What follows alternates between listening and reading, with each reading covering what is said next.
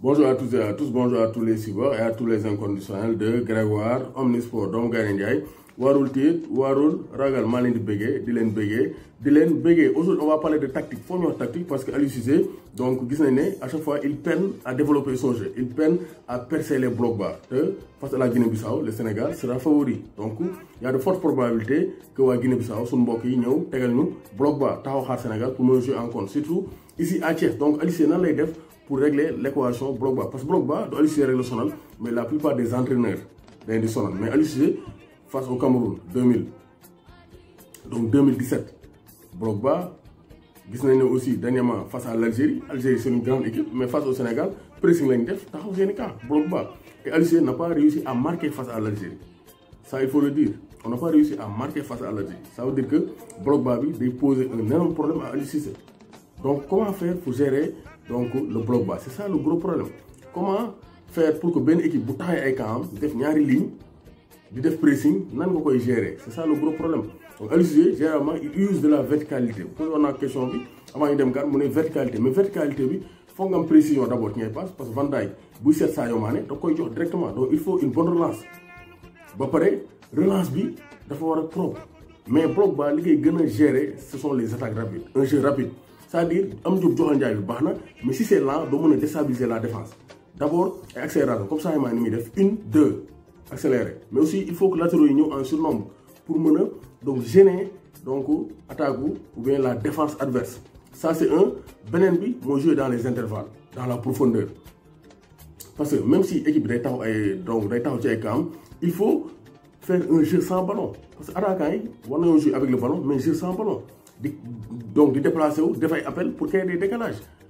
Beneen bi être présent au niveau des deuxième ballon yi parce que boo defee bloc bas y a de fortes chances ngay mbëkk bali et c'est l'équipe adverse moo war a mën a am donc toutes les chances pour mën a am récupérer les deuxième ballons. Donc deuxième ballon yi aussi foog Sénégalais di taxaw milieu terrain yi taxaw xaar ak latéraux yi pour deuxième ballon yi ñu koy réceptionner et aussi tenter des frappes. Sénégal gis nañ ne on ne tire pas, c'est rare ngay gis jour Sénégal bu décocher une frappe des 25 mètres, c'est rare.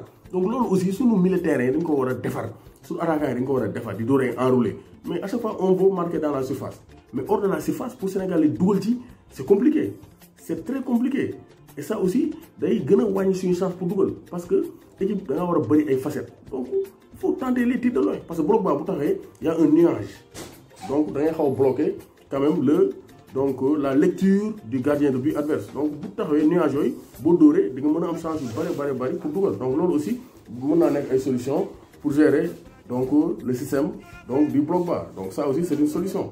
Donc Aliou Cissé war naa xool mais user de la verticale di tëmbal rek di tëmbal même mel ni kuy rosi mel ni kuy togg añ di tëmbal ay géej ak ay yët donc ça ne marche pas.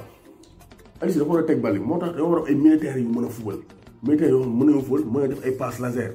Attaquants yi tamit excentré yi di créer décalage di permuter pour mën a jaxase défense bi pour mën a am ay prox doole pour mën cee dugg provoquer un contre un dribbler dugg ci surface am penalty comme Ismaïla Sarr Sadio Mané donc yooyu ay possibilité la mais jël ba rek di sànni di tëmbal doxul te pressing bu ñu la ko defee aussi pressing bi des fois day donc pressing bi ñuy teg Aliou Cissé day métti parce que boo xoolee Algérie CAN bi pressing la ñuy teg du ñu may sax ñu développer suñu football.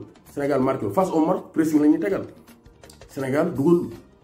Voilà, donc on a marqué sur penalty. Donc loolu aussi war nañ ko xoolal mais pressing zone Sénégal li ñu fa war seen club dañ ko war a indi fii exporter ko fi te loolu Aliou Cissé moo ko war a consolider mais loolu pour Aliou Cissé consolider ko il faut que muy football les joueurs à leur poste en club. Tant que joueur football loo ko poste bi mu football club am bu ñu équipe nationale nga koy permettre naan ay polyvalent la da ngay indi problème surtout en attaque loolu day indi problème parce que des joueurs comme Opanguet sont des joueurs capables de tenir la balle te boo jouer bloc bas. ak face à un bloc ba da nga war a am joueur yoo xam ne capable de tenir la balle dafay circuler la balle mais boo fekkee ay joueurs explosifs la rek dañ naan bëri nangu balle bi donc Aliou Cissé il faut mu diversifier l'animation offensive des Lions du Sénégal. Côté relance aussi équipe nationale war nañ ci gën a améliorer gis nañ Koulibaly à Naples dañ day bloc bas wala il relance Koulibaly il sort la balle jusqu'au milieu nañ joxe donc loolu aussi Aliou Cissé da ko war a travailler fii pour cela faut mu jouer les joueurs yi seen poste. Gana Gueye c'est une sentinelle nay jàpp di joxe soxla ñu muy def Verratti fii Sénégal soxlañu ko.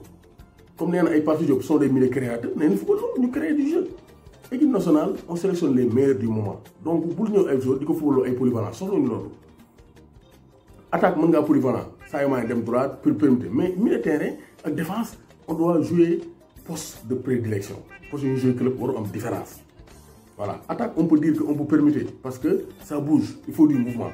Mais nous devons utiliser comme solution pour faire face au bloc bas. Face au Diouf de la Guinée-Bissau, il y a de fortes chances de temps au bloc bas. Nous garder bus Dakar dem dik.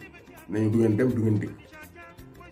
À bon entendeur, salut. Donc Ali Cissé, donc nous les payons Bouba, le grand entraîneur, le grand sélectionneur donc du Sénégal, donc Gaye Ndiaye, Warul Tid, Warul. Voici quelques solutions proposées par Grégoire pour faire face, pour résoudre l'équation du bloc bas, donc qui peut se présenter face à la Guinée-Bissau.